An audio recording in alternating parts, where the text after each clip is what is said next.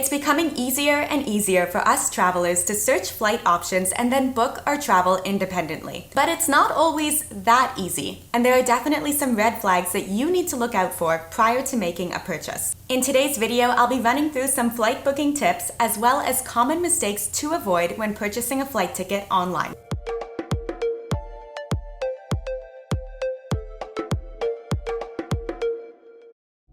The first flight booking mistake would be paying a higher fare for each ticket price because you searched for multiple passengers at one time. If you are planning a trip with family or friends, even if there are just 2 of you traveling, you could save a significant amount of money by buying the flight tickets one at a time. This is because when you buy multiple flight tickets together, you are buying all of those tickets under a single reservation, and every ticket under one reservation must be the same price. So if an airline only has one ticket left at $100 and then all the other tickets are going to be $200, but you searched for 2 passengers, you would never see that ticket that's left at $100. Both passengers would be priced $200 per ticket. If you had searched for just one passenger instead, you would have been able to grab that last ticket at $100 and then only had to pay the higher fare of $200 for the second passenger.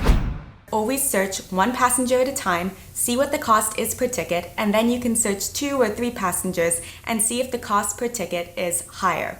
Let us know if you will be booking your own flights this year by leaving "Yes, I'll book" or "No, I won't book" in the comments down below. I'll be using Google Flights for a lot of these examples, but do know that these mistakes are going to be relevant whether you're using Google Flights or Flight Network or the airline's website to search for your bookings. This is relevant to the next mistake, which would be not checking multiple search engines or websites to find your flights. I love Google Flights, and it's usually going to be my first stop when I'm searching for flights for an upcoming trip. But it's never going to be the only place that I'll search.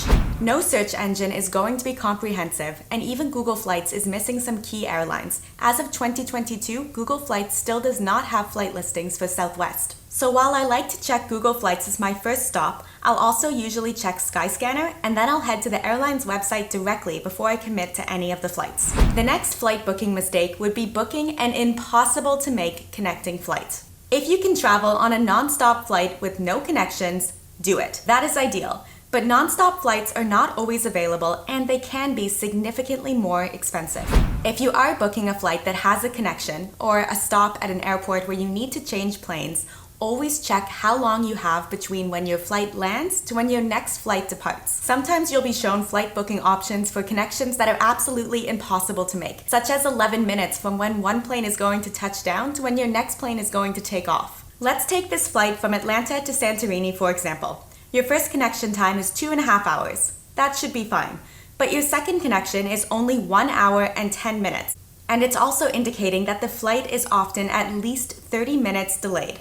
It doesn't matter how great of a deal you're getting, I would never book this itinerary because there's a very high chance that you will not be catching that last flight to Santorini. Always try to give yourself at least 1.5 hours between 2 flights if you have a connection. The next mistake would be to buy a ticket without confirming exactly what is going to be included in the ticket cost.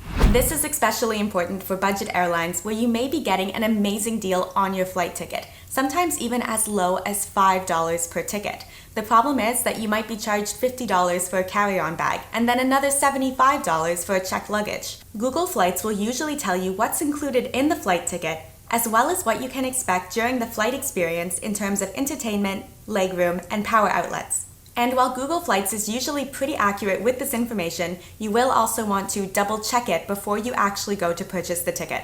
Speaking of purchasing the ticket, do not make the mistake of saving a few dollars by deciding to book with a third-party website like Flight Network, Flight Hub, or Expedia, as opposed to going to the airline's website directly.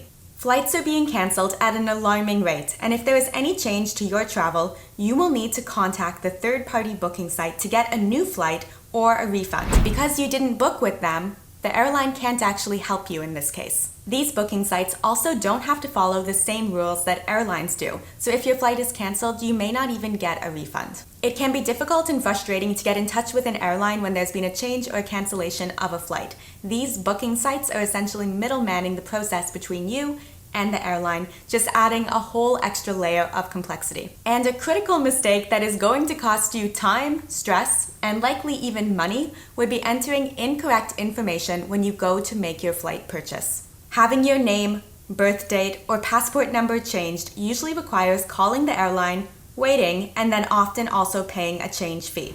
Double check that you put in all of your information correctly with no spelling errors. If you can, have someone else check over it for you as well. Little mistakes are so easy to make, but they can be extremely difficult and, as I mentioned, time-consuming and costly to correct. A mistake that I made in the past was having my browser autofill my information, but it put in an old email address that I no longer had access to. Since it is your email that you will be receiving your flight booking confirmation as well as your flight booking reference, if you put the wrong information in, you will never get this email.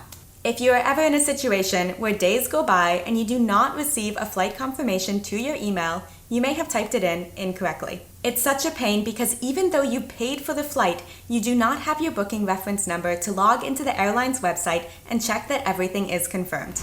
In a case like this, you will want to call the airline as soon as possible and then hope that they can find your reservation with either your passport number or the name on the ticket. Take your time, double check the information, and know what mistakes to look out for before purchasing any flight tickets online. Thanks for watching. Best of luck with your flight booking. It'll be fine.